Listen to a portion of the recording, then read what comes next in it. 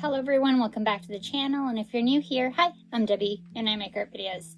In today's video, we'll be playing around with a set of acrylic markers, brush tip acrylic markers. Arrtx was nice enough to send me a set of 48 colors, and I've never had so many colors before. This will be fun. We're going to doodle around in a sketchbook, and let's get started. So here is the box that the 48 set of Simptap acrylic markers comes in. It's really cute, and all the markers have the numbers on top of the lid.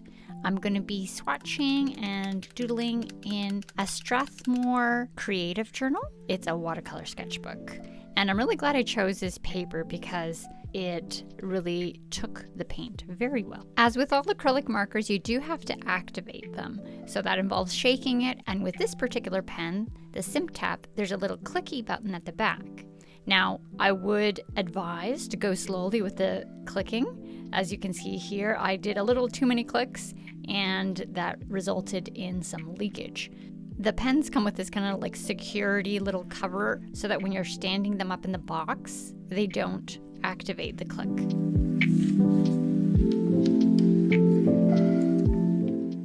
This is probably obvious to the rest of you, but maybe it doesn't go without saying.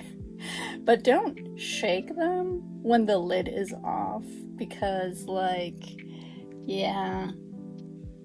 And it's all over my hands and my desk. So there's a tip for you. I eventually wised up and speeded up this process of activating the pens by shaking a whole bunch at the same time. I suppose you could also just shake the entire box, but the shaking is crucial. And eventually I figured out a method. I would give them a good shake, click 1 or 2 times, and if the ink didn't flow all the way down, I would put the lid back on, crucial, and give it another good shake, and usually that would fill up the tip entirely. But every so often you'd have one of these magic flowy pens that you gave one click and the whole tip would load and you could watch it happen in real time. Super satisfying. And here are all the colors swatched. There's some really nice colors in here, and they suit me really well. There's also a gold and a silver, and there's good dark skin tones and lighter skin tones.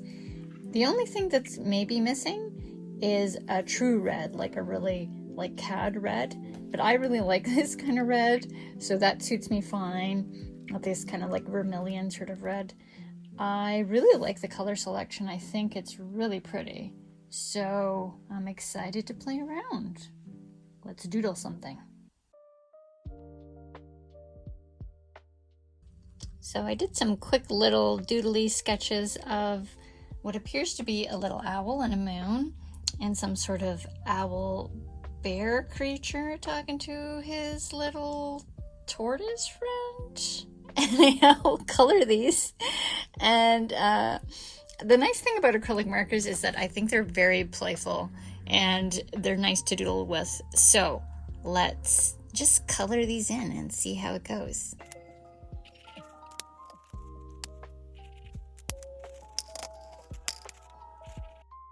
I started off pretty tentatively because I wasn't sure if I chose the right colors, and also I hadn't really drawn in over a week or two, and so I was also not feeling confident in my drawing abilities if they were going to come back. But you know what? It turned out that this was the perfect tool to warm up with because it's so easygoing. And it's also so satisfying, and the lines flow really easily. I really enjoyed playing around with these. It reminded me why I had picked up acrylic markers in the first place. I do have a small set of Posca pens that I purchased one day thinking that I would use them to do quick sketchbook practices.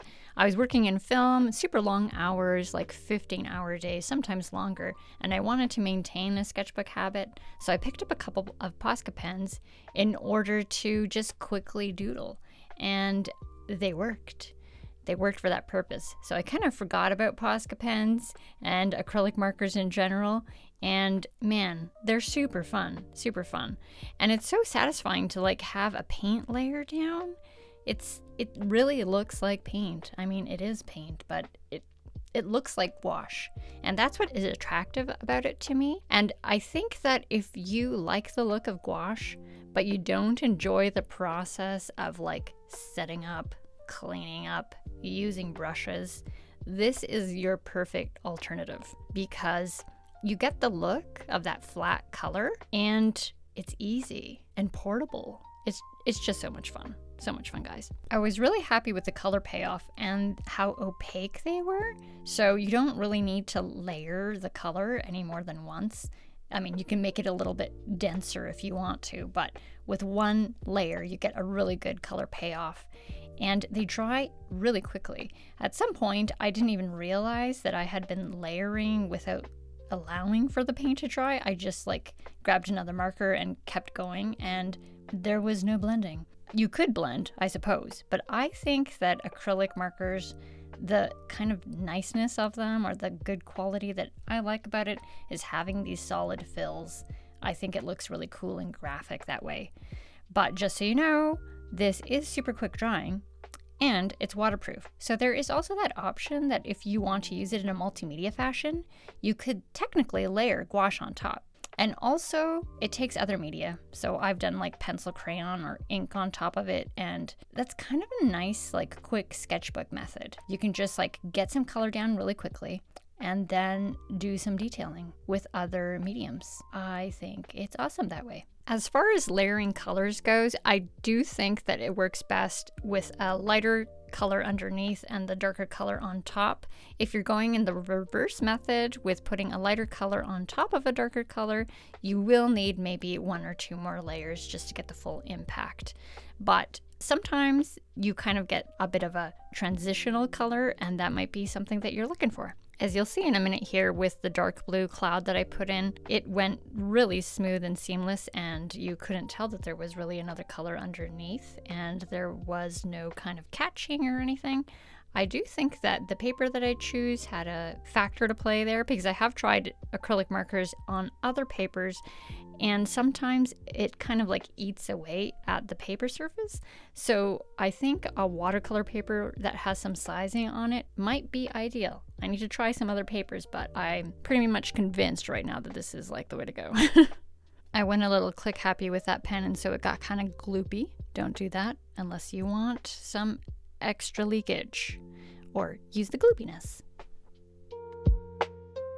After I'd warmed up with that owl, the second one went really quickly, and I just kind of like picked colors as I wanted to and didn't really think about it and just had fun.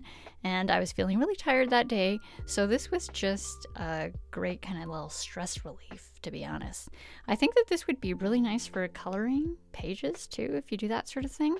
And I think that I might use these in a similar fashion to the way I want to use Neocolors and do kind of like color compositions, because it's really fast. And I like this sort of like working out color relationships really quickly. This medium moves so quickly, and because of that, I think it's really fun.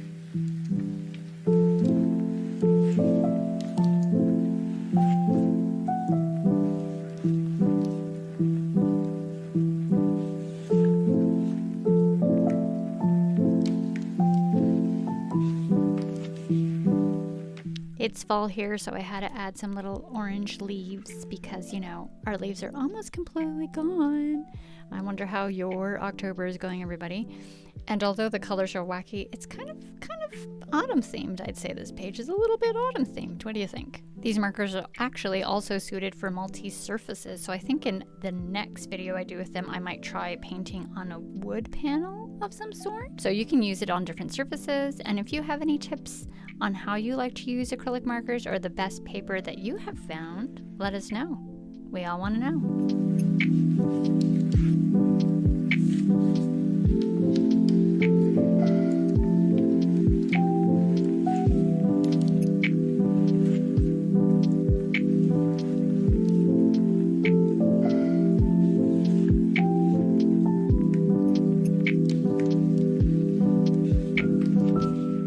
Thanks for watching the video, everyone, and if you're in the market for a set of acrylic markers, there'll be details in the description box below and a promo code.